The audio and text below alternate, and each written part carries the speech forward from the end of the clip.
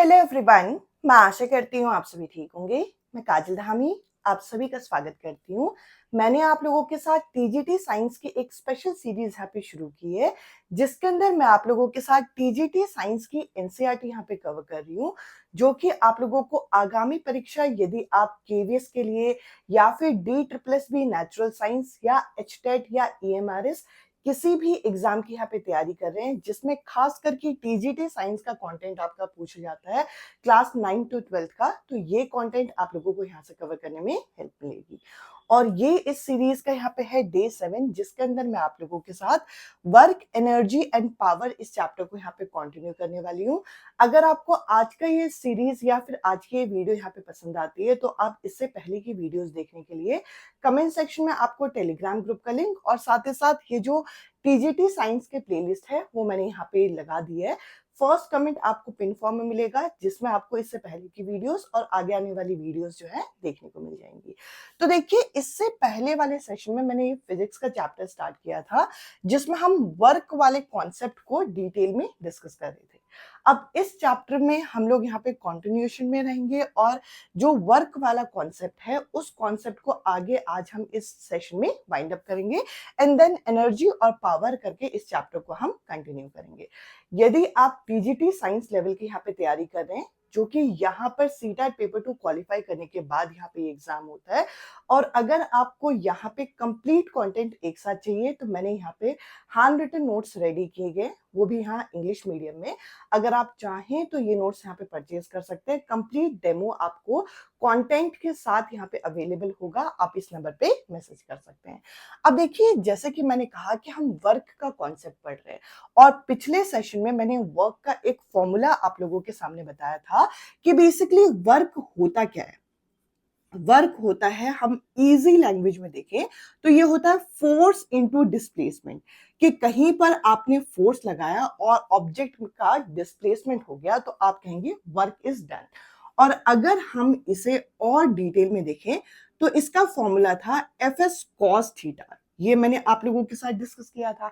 अब इस कॉन्सेप्ट से रिलेटेड कंटेंट तो हम लोगों ने इससे पहले वाले सेशन में कर ही लिया है, बट अगर मान के चलिए कि आप कहीं पर फोर्स अप्लाई कर रहे हैं और जो फोर्स अप्लाई कर रहे हैं वो एक कांस्टेंट फोर्स नहीं है, यानी कि एक ब्लॉक है जिसे आप डी पॉइंट से इस सी पॉइंट पे लेके जाना चाह रहे हैं और अपवर्ड डायरेक्शन में इस तरीके से लेके जा रहे हैं, तो यूजुअली होगा क्या कि हर जगह पर जो आप फोर्स अप्लाई कर रहे हो वो आपका वेरी कर रहा होगा। यानी कि वर्क डन हम अब देखने वाले हैं किस केस का, जब आपका फोर्स कैसा हो, वेरिएबल हो। तो अगर आपको ऐसा कोई केस मिले जिसमें आपको यहाँ पर वेरिएबल फोर्स का केस मिल जाए, इस केस में अगर आपको वर्क डन निकालना है, तो फॉर्मूला क्या होगा, वर्क डन का जो सबसे स्टैंडर्ड कॉन्सेप्ट है यहाँ पर फोर्स और डिस्प्लेसमेंट तो रहेगा ही रहेगा, ये आपका कभी चेंज नहीं हो सकता। बट आपको यहाँ पे देखना होगा इसके फॉर्मूले में जो आप यहाँ पर यूजुअली क्या करते थे कि फोर्स और डिस्प्लेसमेंट को मल्टीप्लाई करते थे, अब आप यहाँ पर इसे क्या करेंगे, इसका आप इंटीग्रेशन भी करेंगे। यानी कि इनिशियली आप किस पॉइंट पे थे और फाइनली आपका डिस्प्लेसमेंट होने के बाद किस पॉइंट पे पहुंचे, उसका आपको इंटीग्रेशन करते हुए चलना पड़ेगा। आप कैसे करेंगे, इस फॉर्मूले को कैसे अप्लाई करते हैं, वो मैं अभी आपके साथ यहाँ पे इस क्वेश्चन के थ्रू डिस्कस करूंगी। अब इसके अलावा अगर मैं आपसे कहूं कि यहां पर अगर आपको निकालना है क्या चीज, वर्क, वो भी किसका, वेरिएबल फोर्स का।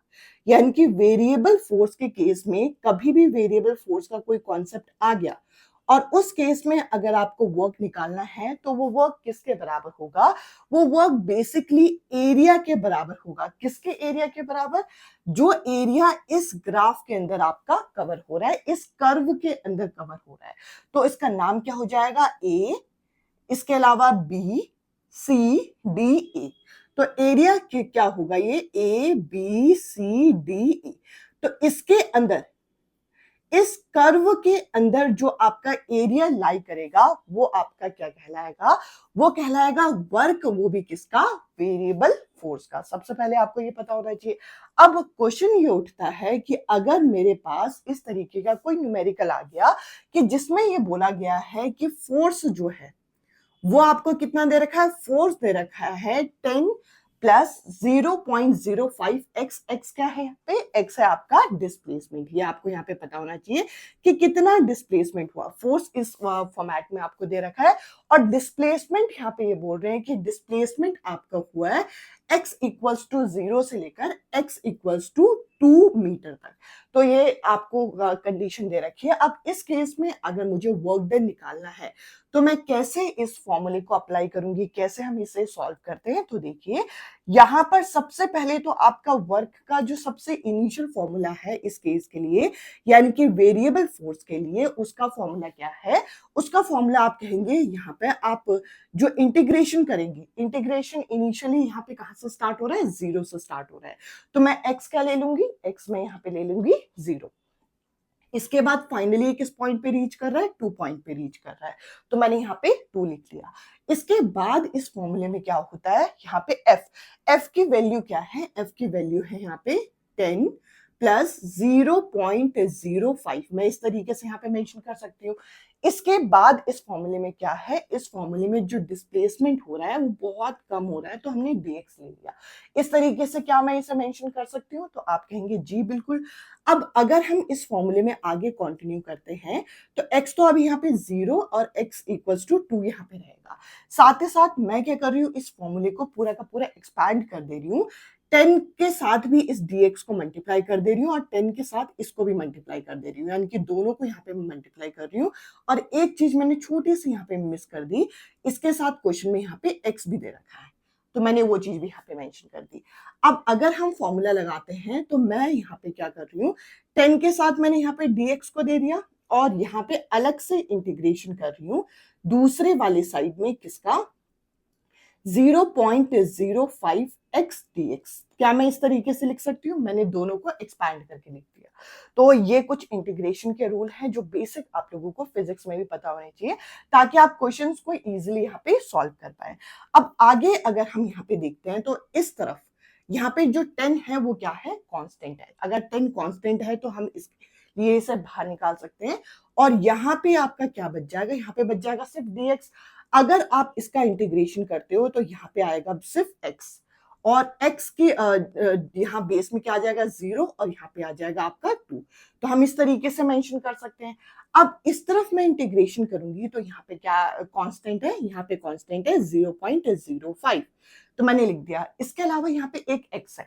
कभी भी याद रखिएगा कि किसी भी जगह पे अगर एक नॉर्मल x का इंटीग्रेशन इस तरीके से हो रहा है तो ये जब आपका ये खुलता है इंटीग्रेशन से तो इसकी पावर जो भी होगी, इसकी पावर कितनी है, इसकी पावर है 1, तो इसके पावर में 1 प्लस होके हम इस तरीके से लिखते हैं और नीचे भी वही नंबर इस तरीके से लिखते हैं। ये रूल है, बेसिकली आपको पता होना चाहिए। तो इस रूल के अकॉर्डिंग ये जो x है वो कैसे खुलेगा, ये x आपका इस तरीके से खुलेगा कि x की पावर अभी क्या है 1 है, तो 1 में हम 1 प्लस करेंगे तो कितना आएगा 2, और वही आपको नीचे भी लिखना होता है। और इंटीग्रेशन कहां से कहां हो रहा है, 0 से 2 तक हो रहा है। आई होप यहां तक आपको समझ में आ गया होगा, यहां तक आपको डाउट होना नहीं चाहिए। बस मैं उम्मीद करूंगी कि यहां तक आपको ये चीज ये क्लियर हो गई होगी। अब बस इनकी वैल्यू लगाने की यहाँ पे बात आ जाती है। अब आप कहेंगे कौन सी वैल्यू, आप देखेंगे कि x जो है वो आपका यहाँ पे कितना दे रखा है। x की वैल्यू एक बार आपको 2 लगानी है और एक बार आपको 0 लगाना है अकॉर्डिंग टू क्वेश्चन। ये यहाँ पे हम लोगों को दे रखा था। इसके अकॉर्डिंग अगर मैं खोलूं तो ये 10 आपका वैसे का वैसे एज इट इज रहेगा। अब आप यहाँ पे देखिए कि x की वैल्यू एक बार मैं कितनी लगाऊंगी, एक बार मैं यहाँ पे 2 लगाऊंगी और इसके बाद दूसरी बार x की वैल्यू कितनी लगाऊंगी 0। ये मैंने कहां से लगाया, जो मुझे क्वेश्चन में ये वैल्यू दे रखी थी। इसके अलावा यहाँ पे है 0.05 और इस बार देखिए ये जो 2 है ये डिनोमिनेटर में, इसको मैं यहाँ पे बाहर निकाल सकती हूँ, तो मैंने इस तरीके से यहाँ बाहर निकाल दिया। साथ ही साथ अब मेरे पास यहाँ पे अंदर क्या बच गया, सिर्फ एक्स स्क्वायर बच गया। अगर एक्स स्क्वायर यहाँ पे बचा हुआ है तो एक्स स्क्वायर की वैल्यू, एक्स की वैल्यू क्या लगा सकते हो आप, एक बार 2 लगा सकते हो, एक बार 0। तो एक बार मैं अगर 2 लगाऊंगी तो इसकी ऑलरेडी पावर 2 है, साथ ही साथ एक बार मैं 0 लगाऊंगी उसके पर पावर 2 है, तो वो तो 0 ही आएगा घूम फिर के। तो मैंने इतना यहाँ पे सॉल्व कर दिया। अब आपको यहाँ पे करना क्या है, बस इसे आप एक्सपैंड कर दीजिए, तो यहाँ पर तो 2 आ जाएगा। इसके साथ साथ आप यहाँ पे देखेंगे कि 2 का स्क्वायर क्या होता है, 2 का स्क्वायर होता है 4। अगर मैं इसे काटूंगी तो यहाँ पे सिर्फ 2 बचेगा, यानी कि 0.05 इंटू 2 बचेगा। अब आपको यहाँ करना क्या है, ये है 20 और ये आ जाएगा आपका कितना 0.10। तो आपको इसे सॉल्व करके इस क्वेश्चन को फाइनली सॉल्व कर देना है। तो ऐसे केसेस में आप यहाँ पे क्या करेंगे, आप यहाँ पे वर्क डन निकाल रहे हैं वेरिएबल फोर्स का। जो आपका यहाँ पे फाइनल आंसर आएगा वो क्या आएगा, वो आएगा आपका वर्क डन, वो भी वेरिएबल फोर्स का। आई होप ये क्वेश्चन और ये कॉन्सेप्ट आपको यहाँ पे क्लियर हुआ होगा। एक बार और मैं फटाफट से रिवाइज करती हूँ।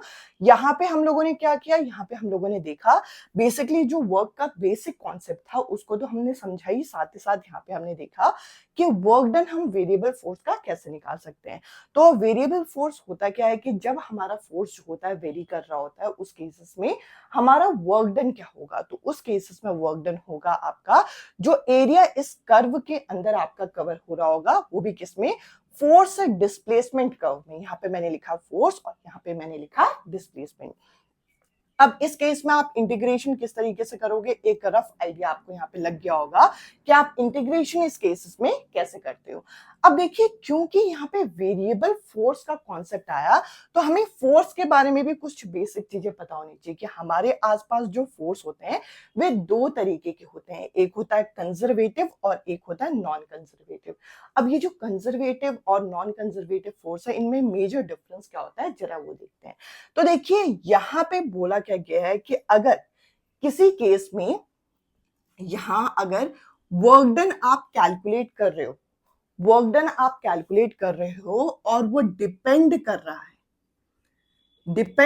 है किस पे, सिर्फ और सिर्फ इनिशियल और फाइनल पोजीशन पे, तो उस केस में फोर्स कैसा होगा, उस केस में फोर्स होगा कंजर्वेटिव। एक बार और ध्यान से सुनिए, यहां पे क्या कहने का मतलब है कि अगर आप किसी भी केस में वर्क डन यहाँ पे कैलकुलेट कर रहे हो, वर्क डन आप कैलकुलेट कर रहे हो और उस केस में वर्क डन जो है किस चीज पे डिपेंड कर रहा है, सिर्फ इनिशियल और फाइनल पाथ पे। आप कहेंगे इसका कोई एग्जांपल, इसका एग्जांपल में आपका आ जाएगा जैसे कि ग्रेविटेशनल फोर्स, इसके अलावा आ जाएगा मैग्नेटिक फोर्स। डायरेक्टली क्वेश्चन पूछा जाता है कि जो ग्रेविटेशनल फोर्स है या फिर मैग्नेटिक फोर्स है, ये एक तरीके से कंजर्वेटिव है या नॉन कंजर्वेटिव है, तो आपको पता होना चाहिए कि इस केस में क्या होता है। इस केस में जो वर्क डन होता है वो किस पे डिपेंड करता है, सिर्फ और सिर्फ इनिशियल और फाइनल पाथ पे डिपेंड करता है। इसी वजह से इसे क्या बोलते हैं हम, ये आपका केस बन जाता है फोर्स किसमें, कंजर्वेटिव का।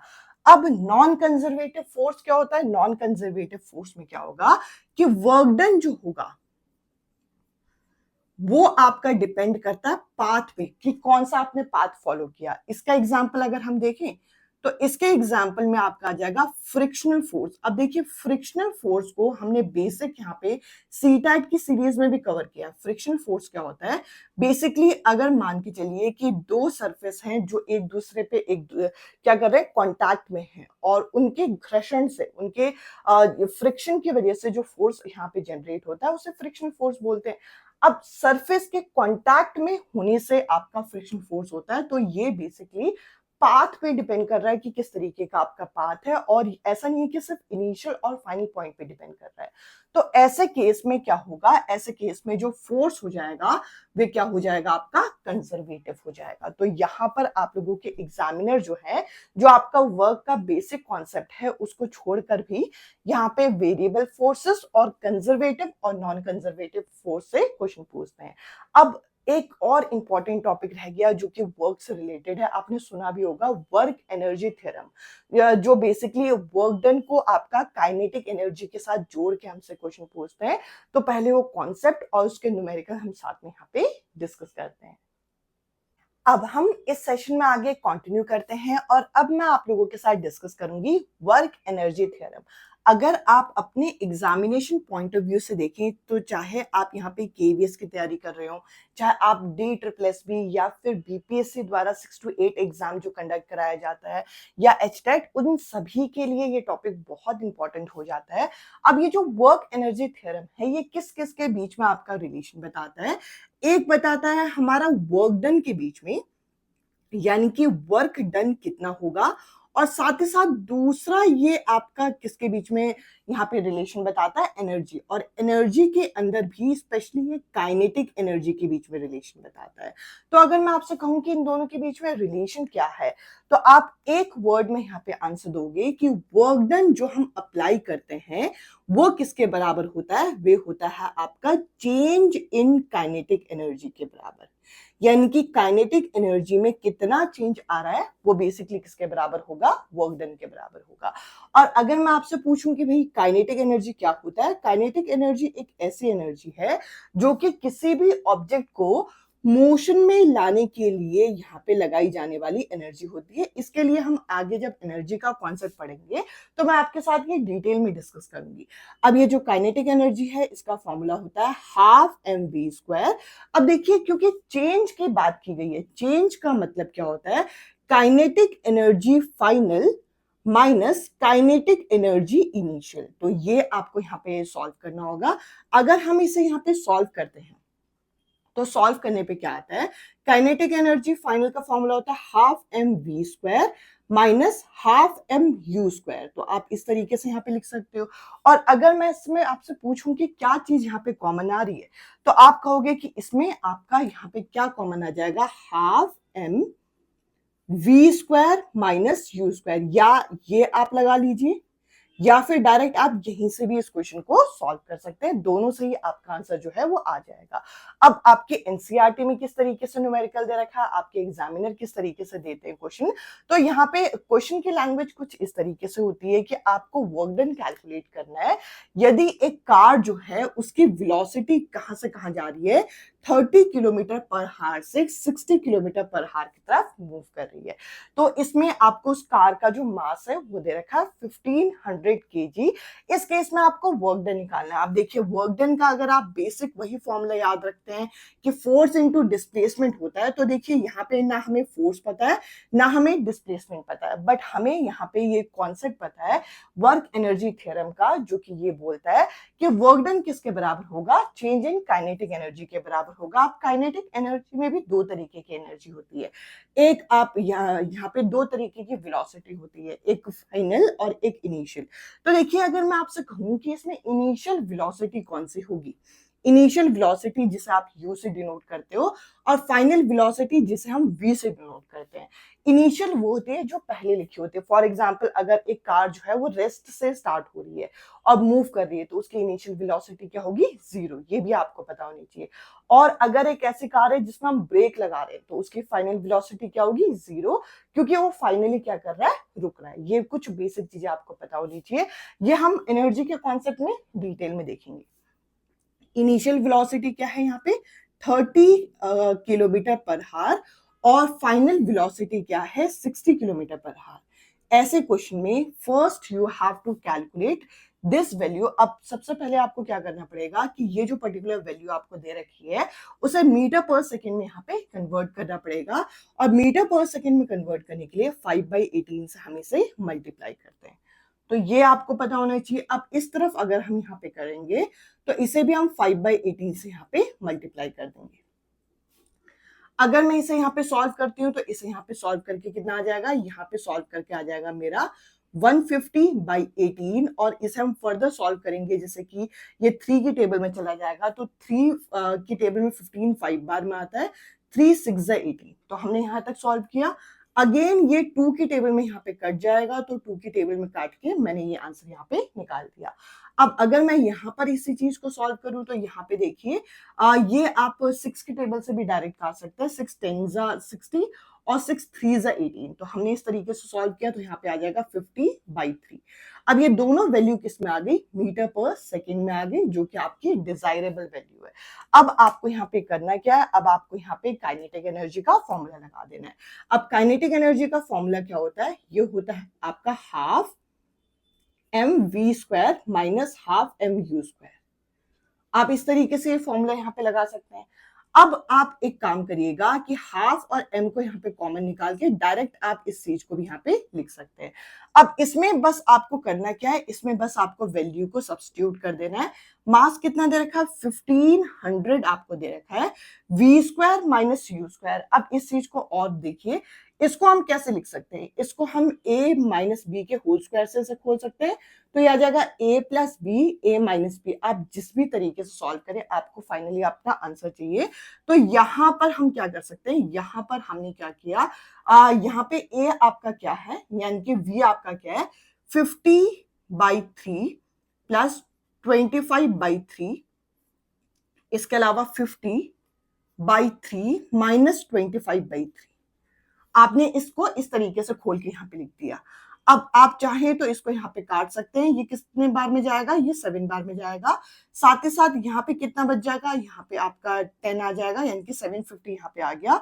750 आया ब्रैकेट के बाहर। इन दोनों का डिनोमिनेटर आपका सेम है, दोनों का डिनोमिनेटर सेम है, तो हम एक बार लिख सकते हैं और न्यूमरेटर को सीधा प्लस कर सकते हैं। देखिए अभी मल्टीप्लीकेशन ज्यादा आया ही नहीं है। अगर आप इस तरीके से सॉल्व करते हैं तो यहाँ पे आ जाएगा आपका 75, और अगर आप इन दोनों को माइनस करते हैं तो यहाँ पे आ जाएगा 25। तो आपका यहाँ तक आंसर आ गया। अब आप यहाँ पे क्या कर सकते हैं, यहाँ पे न्यूमरेटर में सभी नंबर्स को मल्टीप्लाई करके डिवाइड कर देंगे 9 के साथ, तो आपका फाइनल आंसर यहाँ पे आ जाएगा। अब देखिए, क्योंकि मुझे इस क्वेश्चन को आप लोगों को समझाना था, तो मैंने पूरा एक्सपैंड करके आप लोगों को समझाया है। आप लोग कैलकुलेशन में जितने स्टेप में जितनी स्पीड आप दिखाएंगे, उतनी स्पीड में आप इस क्वेश्चन को यहाँ पे सॉल्व कर सकते हैं। तो बेसिकली जो वर्क का कॉन्सेप्ट होता है, वर्क के कॉन्सेप्ट में मैंने आप लोगों के साथ क्या क्या डिस्कस किया। वर्क का जो बेसिक फॉर्मूला होता है एफ एस कॉस थीटा का जो कॉन्सेप्ट होता है वो हमने डिस्कस किया। इसके बाद मैंने आप लोगों के साथ वर्क कितने टाइप के होते हैं, positive work, negative work, zero work, जो कि इससे पहले वाले सेशन में हमने कवर कर लिया था। और आज के इस सेशन में हमने डिस्कस किया कि अगर किसी केस में वेरिएबल फोर्स आ जाए तो आप किस तरीके से उसमें वर्क डन निकालोगे। साथ ही साथ क्योंकि वेरिएबल फोर्स का कॉन्सेप्ट है, तो हमने कंजर्वेटिव और नॉन कंजर्वेटिव फोर्स ये देखा। इसके बाद वर्क एनर्जी थ्योरम देखा, जो कि वर्क डन को काइनेटिक एनर्जी के साथ मर्ज करने का यहाँ पे काम करता है। बेसिकली इसका आपको न्यूमेरिकल यहाँ पे देखना है कि न्यूमेरिकल आप किस स्टेप से इसे सॉल्व करोगे। आई होप यहाँ तक का आप लोगों को आज का कंटेंट क्लियर हुआ होगा। अब हम अगले सेशन में एनर्जी और उसके बाद पावर को इस तरीके से कवर करेंगे। और जैसे कि मैंने कहा कि अगर आप लोग चाहें तो यहाँ पे टीजीटी साइंस की सीरीज को कंप्लीट देख सकते हैं, ताकि आपके एनसीईआरटी का जो बेस है वो अच्छी तरीके से यहाँ पे स्ट्रांग हो, ताकि जब आप किसी भी एग्जाम की, मतलब इनमें से किसी भी एग्जाम की जब प्रीवियस ईयर करेंगे तो आप लोगों के कॉन्सेप्ट जो है वहां पे वो स्ट्रांग होंगे। आज की इस वीडियो में इतना ही। अब मैं आपसे मिलती हूँ अगले वीडियो में अगले टॉपिक के साथ। Bye bye, take care.